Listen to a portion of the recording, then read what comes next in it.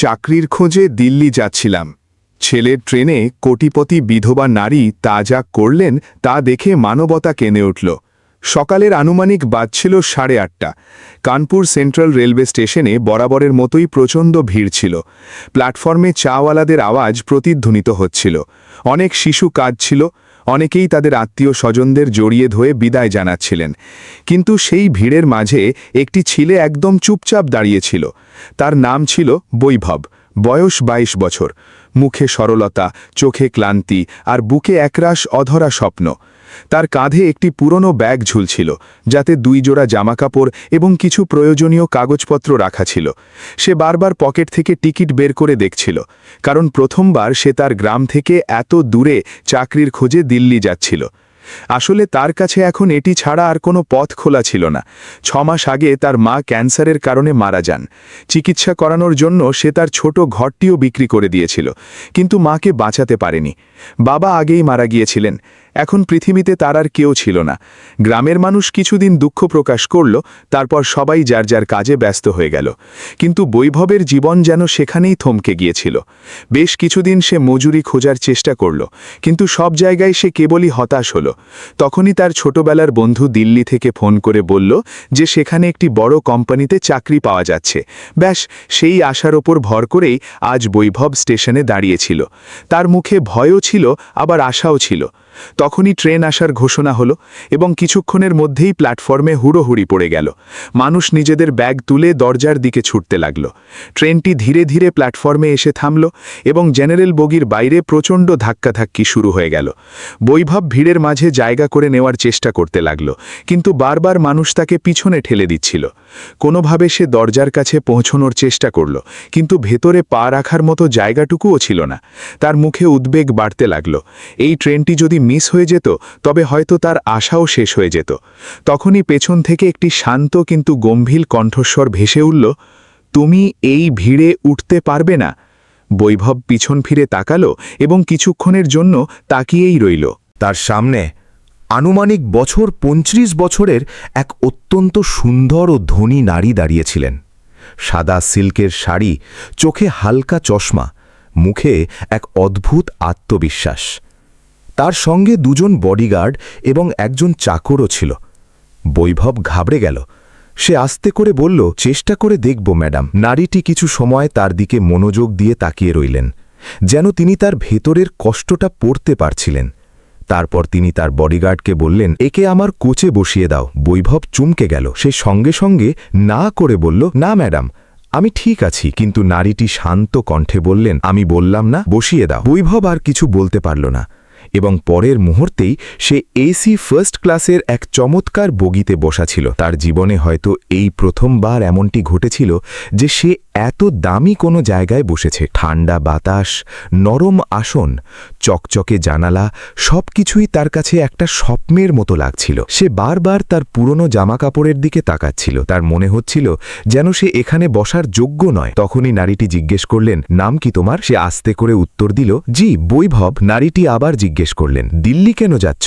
এই প্রশ্নের পর কিছুক্ষণের জন্য তার চোখ নিচু হয়ে গেল। তারপর সে ধীরে ধীরে তার পুরো গল্পটা বলে দিল। মায়ের অসুস্থতা, ঘর বিক্রি হওয়া, বেকারত্ব, একাকিত্ব, সবকিছু। নারীটি কিছু না বলে শুনছিলেন, কিন্তু তার চোখে ধীরে ধীরে জল জমে উঠছিল। গল্প শেষ হওয়ার পর কিছুক্ষণ নীরবতা নেমে এলো। তারপর নারীটি জানালার দিকে তাকিয়ে বললেন, তোমার বয়স আমার ছেলের মতোই হতো। বৈভব অবাক হয়ে তার দিকে তাকালো। নারীটির চোখ ভিজে উঠেছিল। তিনি নিচু স্বরে বললেন, 2 বছর আগে এক সড়ক দুর্ঘটনায় আমার স্বামী এবং আমার ছেলে দুজনই চলে গেছে। সেই দিনের পর এই পৃথিবীতে শুধু আমি আর আমার মেয়ে রয়ে গেছি। বৈভবের মন ভরে এলো। প্রথমবার সে অনুভব করল যে সামনে বসা এই ধনী নারীটি ভেতর থেকে কতটা একা। নারীটি হালকা হাসির সঙ্গে বললেন, ভালো কথা।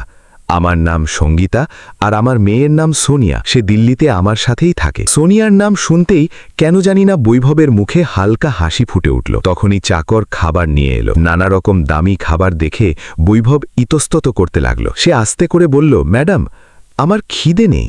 সঙ্গীতা হাসলেন এবং বললেন, গরিব মানুষের সবচেয়ে বড় অভ্যেস কি জানো? সে ক্ষুধার্ত থাকার পরও বলে যে তার ক্ষুধা নেই। বৈভবের চোখ নিচু হয়ে গেল। সঙ্গীতা খাবারটি তার দিকে বাড়িয়ে দিয়ে বললেন, খাও। তার সেই একটি শব্দে এমন এক মমতা ছিল যে বৈভব নিজেকে আটকে রাখতে পারল না। সে খাবার খেতে লাগল। হয়তো অনেক দিন পর তার পেট ভরছিল। ট্রেনটি এখন শহর, মাঠ এবং সেতু পার হয়ে এগিয়ে চলছিল। জানলা দিয়ে আসা রোদ পুরো কেবিনে ছড়িয়ে পড়ছিল। তখনই হঠাৎ ট্রেনটি জোরে একটা ঝাঁকুনি দিয়ে থেমে গেল। পুরো বগিটা কেঁপে উঠল। বাইরে মানুষের চিৎকারের আওয়াজ আসতে লাগল। বৈভব ঘাবড়ে গেল। তখনই সঙ্গীতার বডিগার্ড দ্রুত ভেতরে এসে বলল, ম্যাডাম, সামনে কিছু লোক লাইনে পাথর রেখে দিয়েছে, মনে হচ্ছে ডাকাতির চেষ্টা। এটি শুনতেই পরিবেশ বদলে গেল। তখনই হঠাৎ বগির দরজা জোরে খুলে গেল এবং 4 জন দুষ্কৃতী ভেতরে ঢুকে পড়ল। তাদের হাতে অস্ত্র ছিল। এক দুষ্কৃতী চেঁচিয়ে বলল, যা কিছু আছে বের কর। দ্বিতীয় দুষ্কৃতীর নজর সরাসরি সঙ্গীতার হীরের হাড়ের ওপর গেল এবং সে তার দিকে এগিয়ে যেতে লাগল। কিন্তু পরের মুহূর্তেই এমন কিছু ঘটল যা সবাইকে চমকে দিল। বৈভব হঠাৎ উঠে সঙ্গীতার সামনে এসে দাঁড়িয়ে গেল। তার শ্বাস দ্রুত চলছিল, কিন্তু চোখে কোনো ভয় ছিল না। সে কাঁপানো গলায় বলল, ম্যাডামকে হাত দেবেন না। দুষ্কৃতীটি জোরে হেসে উঠল এবং বৈভবকে ধাক্কা দিল। বৈভব নিচে পড়ে গেল। তার ঠোঁট থেকে রক্ত ফেটে বেরোল, কিন্তু সে আবার উঠে দাঁড়াল। সে আবার একই কথা বলল, আগে আমাকে মারো। পুরো বগি স্তব্ধ হয়ে গেল। সঙ্গীতার চোখ কপালে উঠে গেল। তার হঠাৎ নিজের ছেলের কথা মনে পড়ে গেল। দুষ্কৃতীটি রেগে গিয়ে বন্দুক বের করে বৈভবের মাথায় তাক করতে যাবে, তখনই বাইরে থেকে পুলিশের আওয়াজ আসতে লাগল। দুষ্কৃতীরা ঘাবড়ে গেল এবং দ্রুত পালিয়ে গেল। কিছু সেকেন্ডের মধ্যেই সব শান্ত হয়ে গেল, কিন্তু বৈভব তখনও কাঁপছিল। সঙ্গীতা ধীরে ধীরে তার কাছে এলেন। তার চোখে জল ছিল। তিনি কাঁপানো গলায় জিজ্ঞেস করলেন, তুমি আমার জন্য নিজের জীবন ঝুঁকিতে ফেললে কেন? বৈভব হালকা হাসির সঙ্গে বলল, আমার মা বলতেন, নারীর সম্মান রক্ষাকারী মানুষ কখনো ছোট হয় না।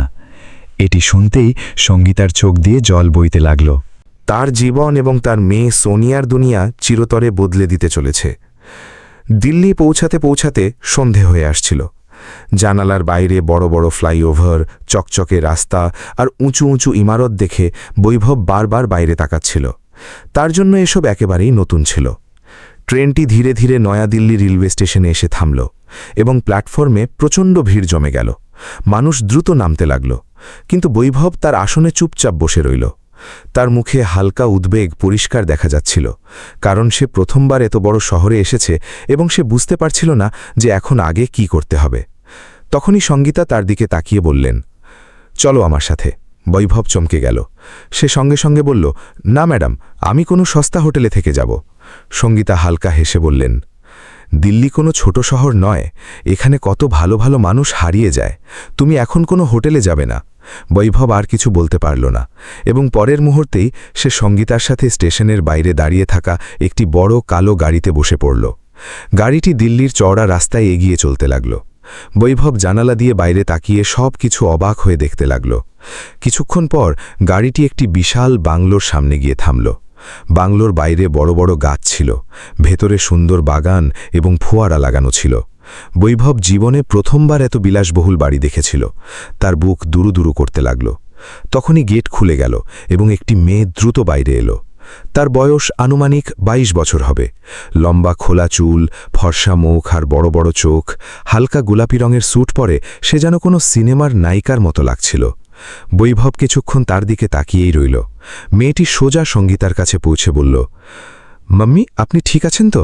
আমি খবর দেখেছি, ট্রেনে ডাকাতি হয়েছে। সঙ্গীতা হাসলেন এবং বললেন, আমি ঠিক আছি সোনা। যদি এই ছেলেটি না থাকত তবে হয়তো আজ অনেক বড় বিপদ হয়ে যেত। মেয়েটি অবাক হয়ে বৈভবের দিকে তাকাল। তার চোখ কিছু সেকেন্ডের জন্য বৈভবের চোখে থমকে গেল, আর কেন জানি না বৈভব সঙ্গে সঙ্গে চোখ নিচু করে নিল। সঙ্গীতা বললেন, সোনিয়া, এ হলো বৈভব, আর বৈভব, এ আমার মেয়ে সোনিয়া। সোনিয়া হালকা হাসির সঙ্গে বলল, থ্যাংক ইউ, আপনি মাম্মিকে সাহায্য করেছেন। বৈভব ঘাবড়ে গেল। সে আস্তে করে বলল, আমি তেমন বিশেষ কিছু করিনি। তখনই সঙ্গীতা চাকরদের বললেন, বৈভবের জিনিসপত্র ভেতরে রাখো। আজ থেকে ও আমাদের সাথেই থাকবে। বৈভব একেবারে চমকে গেল। না ম্যাডাম, আমি এখানে কিভাবে থাকতে পারি? কিন্তু সঙ্গীতা তার কথা মাঝপথেই থামিয়ে দিয়ে বললেন, তুমি কোথাও যাবে না। যতক্ষণ না তুমি চাকরি পাচ্ছ, তুমি এই বাড়িতেই থাকবে। বৈভবের চোখ ফেটে জল এলো। সে জীবনে প্রথমবার কারোর কাছ থেকে এমন আপনত্ব পেয়েছিল। সে চুপচাপ ভেতরে চলে গেল। বাংলোর ভেতরে চাকচিক্য দেখে তার চোখ ছানা বড়া হয়ে গেল। বড় বড় পেইন্টিং, দামি সোফা, মার্বেলের মেঝে, সবকিছু একটা স্বপ্নের মতো লাগছিল।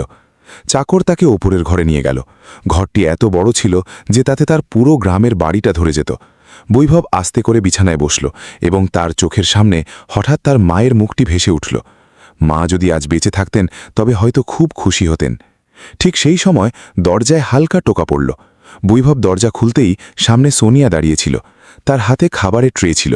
সে হেসে বলল, নিচে সবাই ব্যস্ত আছে, তাই আমি খাবার নিয়ে এলাম। বৈভব ঘাবড়ে গেল। সে সঙ্গে সঙ্গে ট্রেটি হাতে নিল এবং বলল, আপনার কষ্ট করার কি দরকার ছিল? সোনিয়া ঘরের ভেতরে এলো এবং চারদিকে তাকাতে লাগল। তারপর হালকা ঠাট্টা করে বলল, মনে হচ্ছে তোমার এখনও বিশ্বাস হচ্ছে না যে তুমি দিল্লির এত বড় বাংলোতে আছো? বৈভব হালকা হাসল। সত্যি বলতে আমার ভয় লাগছে। সোনিয়া অবাক হয়ে জিজ্ঞেস করল, ভয় কিসের? বৈভব কিছুক্ষণ চুপ থেকে বলল, যদি এটি স্বপ্ন হয় আর সকালে চোখ খুললেই সব শেষ হয়ে যায়? সোনিয়া প্রথমবার তার কথা শুনে চুপ হয়ে গেল, কারণ সে প্রথমবার কোনো ছেলের চোখে এত সততা দেখেছিল। সে নিচু স্বরে বলল, তুমি খুব আলাদা। বৈভব কিছু বুঝতে পারল না। তখনই নিচ থেকে সঙ্গীতার আওয়াজ এলো, সোনিয়া, নিচে এসো। সোনিয়া যেতে লাগল, কিন্তু দরজার কাছে পৌঁছে হঠাৎ ঘুরে দাঁড়িয়ে বলল, কাল আমি তোমাকে দিল্লি ঘুরিয়ে দেখাবো। বৈভব শুধু তাকে যেতে দেখল। পরদিন সকালে বৈভব তাড়াতাড়ি উঠে পড়ল। সে প্রথমবার এত নরম বিছানায় রাত কাটিয়েছে। নিচে এসে দেখল সোনিয়া বাগানে বসে চা খাচ্ছে। হালকা রোদ তার মুখে পড়ছিল এবং তাকে অত্যন্ত সুন্দর লাগছিল। সোনিয়া হেসে বলল, গুড মর্নিং গ্রাম্যবাবু। বৈভব হালকা হাসল। তারপর দুজনে একসাথে বসে চা খেতে লাগল। ধীরে ধীরে কথাবার্তা শুরু হল। সোনিয়া তাকে গ্রামের কথা জিজ্ঞেস করল, তার মায়ের কথা জিজ্ঞেস করল, এবং বৈভব প্রতিটি প্রশ্নের উত্তর অত্যন্ত সততার সঙ্গে দিয়ে গেল। সোনিয়া একনাগাড়ে তার দিকে তাকিয়ে রইল, কারণ সে তার জীবনে প্রথমবার এত সরল এবং সৎ মানুষ দেখেছে। দিল্লির বড় বড় ধনী ছেলেরা সবসময় তার পেছনে ঘুরত, কিন্তু তাদের চোখে সে কেবলই লোক দেখানো ভাব দেখতে পেত। অথচ বৈভবের চোখে সে একটা পরিষ্কার মন দেখতে পাচ্ছিল। সেই দিনই সোনিয়া তাকে দিল্লি ঘোরাতে নিয়ে গেল। দুজনে ইন্ডিয়া গেট গেল, বড় বড় মলে গেল, রাস্তার ধারে ফুচকা খেল এবং সারা দিন একসাথে ঘুরে বেড়াল। ধীরে ধীরে দুজনে প্রাণ খুলে হাসতে লাগল। সন্ধে হতে হতে এমন মনে হতে লাগল যেন দুজনে একে অপরকে বহু বছর ধরে চেনে। কিন্তু সেই সন্ধ্যায় যখন দুজনে ফিরে বাংলোয় পৌঁছাল, তখন ড্রয়িং রুমে বসা এক ব্যক্তি তাদের দিকে কটমট করে তাকিয়েছিল। তার বয়স আনুমানিক 50 বছর ছিল। চোখে অহংকার এবং মুখে রাগ পরিষ্কার দেখা যাচ্ছিল। সঙ্গীতা তাকে দেখে অস্বস্তি বোধ করতে লাগলেন। সোনিয়ার মুখও থমথমে হয়ে গেল। বৈভব কিছু বুঝতে পারল না। তখনই সেই লোকটি রেগে বলল, এই সেই ছেলে যাকে তুমি বাড়ি নিয়ে এসেছ? সঙ্গীতা শান্ত কণ্ঠে বললেন, হ্যাঁ, এর নাম বৈভব। লোকটি হাসতে লাগল এবং বলল, একটা গরিব ছেলেকে বাড়িতে রেখে কি প্রমাণ করতে চাও? তখনই সোনিয়া রেগে বলল, ব্যাস করুন বিক্রম আঙ্কেল। কিন্তু সেই লোকটি আরও রেগে গেল, কারণ আসলে সেই লোকটি ছিল বিক্রম মালহোত্রা, সঙ্গীতার প্রয়াত স্বামীর বিজনেস পার্টনার, যে বহু বছর ধরে এই পরিবারের সম্পত্তির ওপর নজর টিকিয়ে রেখেছিল। আর সে চাইত যেন সোনিয়ার বিয়ে তার ছেলের সঙ্গে হয়, যাতে পুরো সম্পত্তি তার হাতে চলে আসে। কিন্তু এখন হঠাৎ বৈভবের আশায় সে বিপদের গন্ধ পাচ্ছিল। সে বৈভবকে ওপর থেকে নিচ পর্যন্ত দেখল এবং কটাক্ষ করে বলল, খোকা, দিল্লিতে বড় বড় স্বপ্ন নিয়ে অনেক মানুষ আসে, কিন্তু নিজের যোগ্যতা খুব তাড়াতাড়ি মনে পড়ে যায়। বৈভব চুপচাপ দাঁড়িয়ে রইল, কিন্তু সোনিয়া এটি সহ্য করতে পারল না। সে প্রথমবার কারো সামনে উঁচু গলায় বলল, বৈভব এই বাড়ির অতিথি, আর কেউ তাকে অপমান করবে না। পুরো ঘর শান্ত হয়ে গেল। সঙ্গীতা অবাক হয়ে তার মেয়ের দিকে তাকাতে লাগলেন, কারণ তারা প্রথমবার সোনিয়াকে কারো জন্য এত রাগ করতে দেখলেন। অন্যদিকে বিক্রমের চোখে হিংসে নেমে এসেছিল, কারণ সে বুঝতে পেরেছিল যে বৈভব এখন আর শুধু একজন অতিথি নয়, সে ধীরে ধীরে এই বাড়ির সবার মনে জায়গা করে নিয়েছে। এই বিষয়টি আগামী দিনগুলোতে এক মস্ত বড় ঝড় তুলতে চলেছিল। পরের কয়েকদিনে বৈভব সেই বাড়ির একটি অংশ হয়ে উঠল। সকাল হতেই সোনিয়া তাকে পুরো বাংলোয় খুঁজতে থাকত। কখনো তাকে বাগানে গাছের যত্ন নিতে দেখত, তো কখনো চাকরদের সাহায্য করতে। সঙ্গীতাও ধীরে ধীরে বৈভবকে নিজের ছেলের মতো মানতে শুরু করেছিলেন, কারণ এত বড় বাড়িতে বহু বছর পর কারুর সত্যিকারের হাসি প্রতিধ্বনিত হচ্ছিল। বৈভব সবার সঙ্গে সম্মানের সঙ্গে কথা বলতো, চাকরদের সঙ্গে মাটিতে বসে খাবার খেয়ে নিত এবং প্রয়োজন পড়লে নিজেই কাজ করতে লেগে যেত। এসব দেখে সোনিয়ার মনে তার জন্য সম্মান আরও বেড়ে যাচ্ছিল। এক সন্ধ্যায় হালকা সোনালি রোদ পুরো বাগানে ছড়িয়েছিল। সোনিয়া দোলনায় বসেছিল এবং বৈভব কাছের একটি চেয়ারে চুপচাপ আকাশ দেখছিল। তখনই সোনিয়া হঠাৎ জিজ্ঞেস করল, বৈভব, যদি তুমি চাকরি পেয়ে যাও তবে কি তুমি এখান থেকে চলে যাবে? বৈভব কিছুক্ষণ চুপ রইল, তারপর হালকা হাসির সঙ্গে বলল, আমাকে তো একদিন না একদিন যেতেই হবে, আমি এখানে সারা জীবন তো থাকতে পারি না। সোনিয়ার মুখ হঠাৎ ভার হয়ে গেল। সে চোখ নিচু করে নিল এবং নিচু স্বরে বলল, যদি কেউ তোমাকে আটকে রাখে? বৈভব তার দিকে তাকাতে লাগল, কিন্তু সোনিয়া সঙ্গে সঙ্গে উঠে সেখান থেকে চলে গেল। সেই রাতে বৈভব অনেক রাত পর্যন্ত ঘুমাতে পারল না, কারণ প্রথমবার তার মনে হলো যে সোনিয়া তার জন্য শুধু একজন বন্ধু নয়। ওদিকে অন্যদিকে বিক্রম মালহোত্রার রাগ বেড়েই চলছিল। সে তার ছেলে করণকে ডেকে বলল, ওই গ্রামের ছেলেটি আমাদের পথের কাঁটা হয়ে দাঁড়াচ্ছে। করণও ছিল এক অহংকারী ও বকে যাওয়া ছেলে, যে ছোটবেলা থেকেই সোনিয়াকে নিজের হবু স্ত্রী ভাবত। করণ রেগে বলল, ড্যাড, আপনি চিন্তা করবেন না, আমি নিজেই ওকে ওর যোগ্যতা মনে করিয়ে দেব। পরের দিন সঙ্গীতা বৈভবকে তাদের অফিসে যাওয়ার জন্য বললেন। আসলে তিনি চাইলেন যে বৈভব তাদের ব্যবসায় কাজ শিখুক, যাতে সে একটি ভালো চাকরি পেতে পারে। বৈভব প্রথমবার এত বড় কর্পোরেট অফিসে গেল। সেখানে সবাই তার দিকে অবাক হয়ে তাকাচ্ছিল, কারণ সঙ্গীতা নিজেই তাকে নিজের সাথে নিয়ে এসেছিলেন। সেই সময় করণও সেখানে পৌঁছে গেল। সে সবার সামনে বৈভবকে আটকে বলল, ওই গেয়ভূত, আমার জন্য এক কাপ কফি নিয়ে আয় তো। পুরো অফিস শান্ত হয়ে গেল। বৈভব বুঝতে পারল যে করণ ইচ্ছে করেই তাকে অপমান করছে, কিন্তু সে শান্ত গলায় বলল, আমি এখানে কাজ শিখতে এসেছি, চাকর হতে নয়। করণ জোরে হেসে উঠল এবং বলল, তোর যোগ্যতা এইটুকুই। তখনই পেছন থেকে সোনিয়ার কণ্ঠস্বর শোনা গেল, ব্যাস অনেক হয়েছে করণ। সবাই পিছন ফিরে তাকাল। সোনিয়ার রেগে সেখানে দাঁড়িয়েছিল। সে সোজা বৈভবের কাছে এলো এবং বলল, কারোর দারিদ্র্য নিয়ে মজা ওড়ানো মানুষগুলো নিজেরা ভেতর থেকে খুব দরিদ্র হয়। করণের মুখ শুকিয়ে গেল, কারণ প্রথমবার সোনিয়া অন্য কোনো ছেলের জন্য তাকে সবার সামনে অপমান করেছিল। সেই দিনের পর করণ এবং বিক্রম দুজনেই বৈভবকে ঘৃণা করতে লাগল। কিন্তু অন্যদিকে সোনিয়া এবং বৈভব একে অপরের আরও কাছাকাছি আসতে লাগল। দুজনে একসাথে অফিসে যেত, একসাথে ফিরত, কখনো রাস্তার ধারে চা খেত, তো কখনো সন্ধ্যায় লং ড্রাইভে বেরিয়ে পড়ত। বৈভবের সরলতা সোনিয়ার মন ছুঁয়ে গিয়েছিল, অথচ বৈভবের এখনও বিশ্বাস হতো না যে এত ধনী এবং সুন্দরী একটি মেয়ে তার কাছাকাছি আসতে পারে। একদিন সন্ধ্যার সময় দুজনে ইন্ডিয়া গেটের কাছে বসেছিল। হালকা বাতাস বইছিল, চারপাশের মানুষ ঘুরে বেড়াচ্ছিল। তখনই সোনিয়া আস্তে করে জিজ্ঞেস করল, বৈভব, তোমার কি কখনো প্রেম হয়েছে? বৈভব হাসল এবং বলল, আমার মতো গরিব ছেলেদের ভালোবাসার অধিকার কোথায় থাকে সোনিয়া? সোনিয়া তার চোখের দিকে তাকিয়ে বলল, যদি কোনো ধনী মেয়ে কোনো গরিব ছেলেকে ভালোবেসে ফেলে তবে? বৈভব চমকে গেল, তার বুক দ্রুত কাঁপতে লাগল। সে কিছু বলতে পারার আগেই সোনিয়া কাঁপানো গলায় বলল, আমি তোমাকে ভালোবাসতে শুরু করেছি। বৈভব যেন পাথর হয়ে গেল। তার মনে হলো হয়তো সে স্বপ্ন দেখছে। সোনিয়ার চোখে জল এসে গিয়েছিল। সে বলল, জানি না কখন আর কিভাবে, কিন্তু এখন তোমাকে ছাড়া ভয় লাগে। বৈভবের চোখেও জল এলো। সে আস্তে করে বলল, কিন্তু আমি তোমার যোগ্য নই। সোনিয়া সঙ্গে সঙ্গে বলল, ভালোবাসার যোগ্যতা দেখে হয় না বৈভব। আর পরের মুহূর্তেই সে বৈভবের হাত ধরে নিল।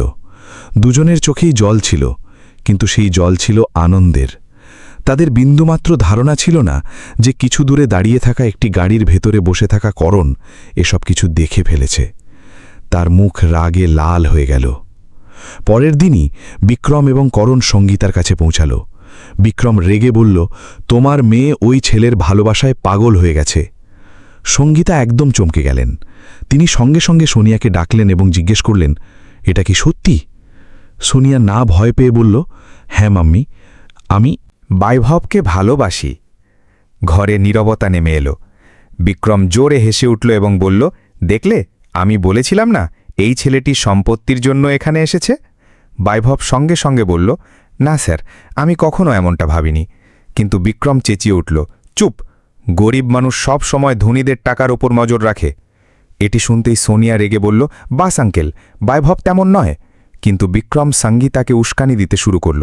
সে বলল, আজ যদি তুমি একে বাড়ি থেকে না বের করো তবে কাল পুরো সম্পত্তি এর নামে হয়ে যাবে।